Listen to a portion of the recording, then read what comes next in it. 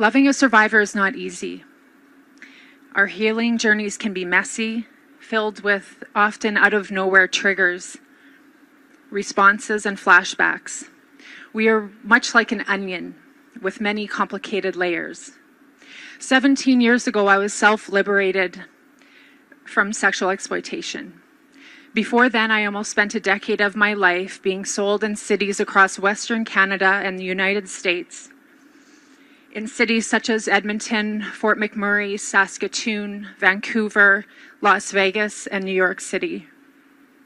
When I was first targeted and groomed, I was taught to hide my Indigenous identity because I was told that the sex buyers, if they found out about this, that I would be more likely to be beaten, robbed, raped, or murdered. It was in New York City where I was being sold by an organized crime ring.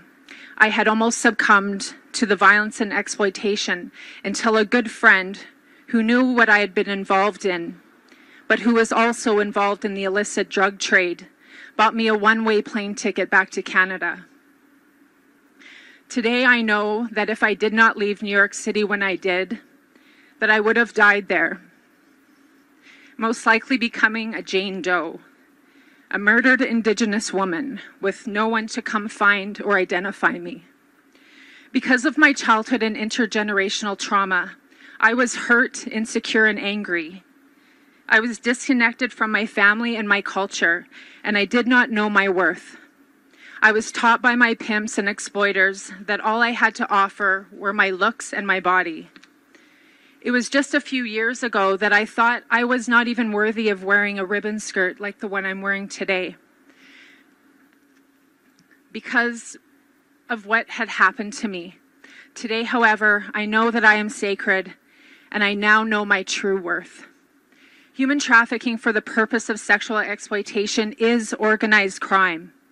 Yes, some may be more organized than others. However, the effects of sexual exploitation and the complex harm it causes its victims is very serious and can be deadly.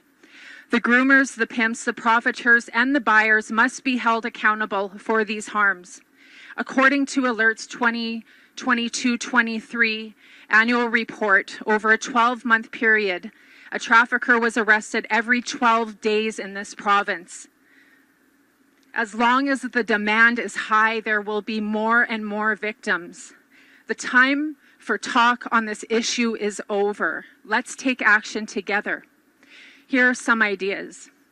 Address buyer demand. No buyers, no business. Focus on efforts on healing, recovery, justice, and prevention. The average age of an online child exploitation victim is 13. Learn to spot the signs of targeting and grooming and active exploitation. Employ survivors, believe survivors, help amplify our voices like the Center to End All Sexual Exploitation and Not in My City does. Keep working together, involve survivors, our families, and our communities. Harness the power of social media, develop inclusive campaigns. Regarding the cross-border nature of this issue, involve CSIS, the Canadian Security Intelligence Service, and the FBI. And for our two-spirited relatives, our men and boys, they too are being targeted and groomed and exploited. We know that men and boys are also being groomed to become buyers and profiteers. This needs to be addressed.